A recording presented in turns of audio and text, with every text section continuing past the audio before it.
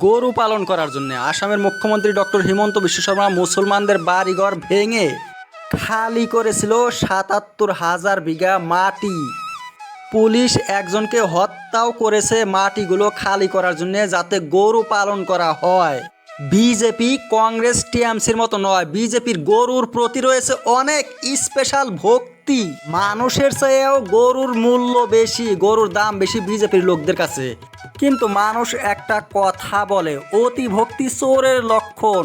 তাই গরুর প্রতি অতিমাত্রা ভক্তি দেখাইতে গিয়ে আসামের মুখ্যমন্ত্রী হিমন্ত বিশ্ব শর্মা আর তার শিষ্যরা ডাইরেক্ট চোর সাব্যস্ত হইল। চোর হিমন্ত বিশ্ব শর্মার সরকার হয়েছে গরু চোর।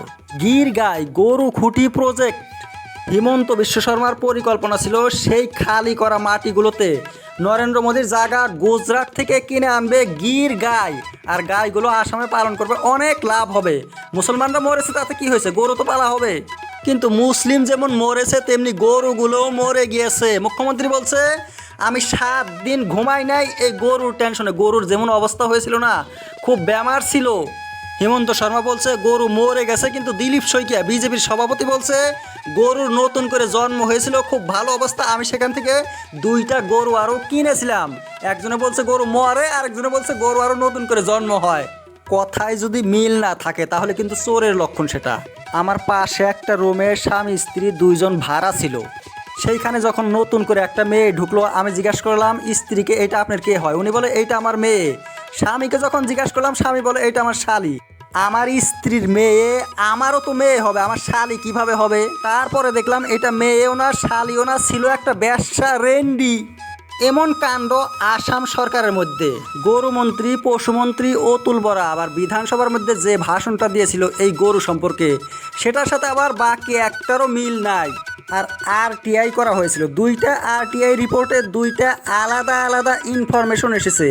একটাই বলেছে 98টা 98 গরু কিনা হয়েছিল, আর একটাই বলছে 24টা 24। সরকারি হিসাবগুলো যদি এইভাবে আলাদা আলাদা হয়, সেখানে ঘটনাটা কি আসলে? আর একটা আরটিআইতে একবারে ডাইরেক্ট চোর ধরা পড়েছে। দিলীপ নাথ আরটিআই করে বের করেছে যে 300টা গির গরু গুজরাট থেকে আনা হয়েছিল, এখান থেকে 90টা কৃষকদের মাঝখানে বিতরণ করে দেওয়া হয়েছে। 56টা মারা গিয়েছে আর 154টা গুজরাটে ঘুরিয়ে পাঠানো হয়েছে। আর এই যে বাড়িঘর ভেঙে ৭৭,০০০ বিঘা মাটি খালি করেছে, সেইখানে রয়েছে 0টা গরু।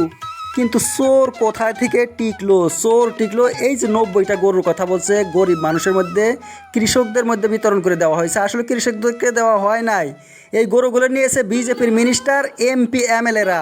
কোন হিসাবে কৃষকদের গরু পায় বিজেপি এমপি এমএলএরা? আর এমপি এমএলএরাই যদি কৃষক হয়, গরু নাই, তাহলে কংগ্রেস টিএমসিতে এমএলএ নাই, এমপি নাই, তাদেরকে কেন একটা গরু দেওয়া হলো না? সরকারি জিনিস খালি বিজেপির নেতাদের জন্যে? সরকারি জিনিস কি বিজেপির বাপের জিনিস?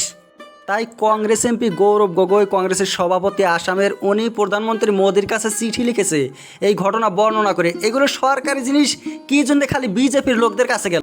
আর যেখানে রয়েছে খালি গরিব মানুষের হক, কৃষকদের হক, সেইগুলো এমপি এমএলএর বাড়িতে কি করে ঢুকলো? অবশ্য বিবেক আর নীরজ নামের 2 জন লোক রয়েছে এই গরুর কাণ্ডর মধ্যে। এই 2 জন অবশ্য এমপি এমএলএ নয়, কিন্তু এরা হয়েছে বিজেপি নেতাদের ঘনিষ্ঠ। কিন্তু সরকারি জিনিস বিক্রি করতে হইলে নোটিশ দিতে হবে, ডাক উঠাইতে হবে, মানুষ সবাই ডাক তুল।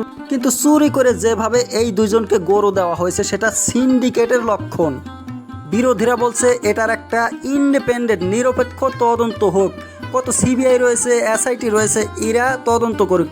কিন্তু মুখ্যমন্ত্রী সেখানে কোনো কথা বলছে না। বিরোধীদের বিরুদ্ধে মুখ্যমন্ত্রী ইডি, সিবিআই, এসআইটি, এনআইএ তাড়াতাড়ি লাগিয়ে দেয়, কিন্তু এখন মুখ্যমন্ত্রী ভয় খাইছে।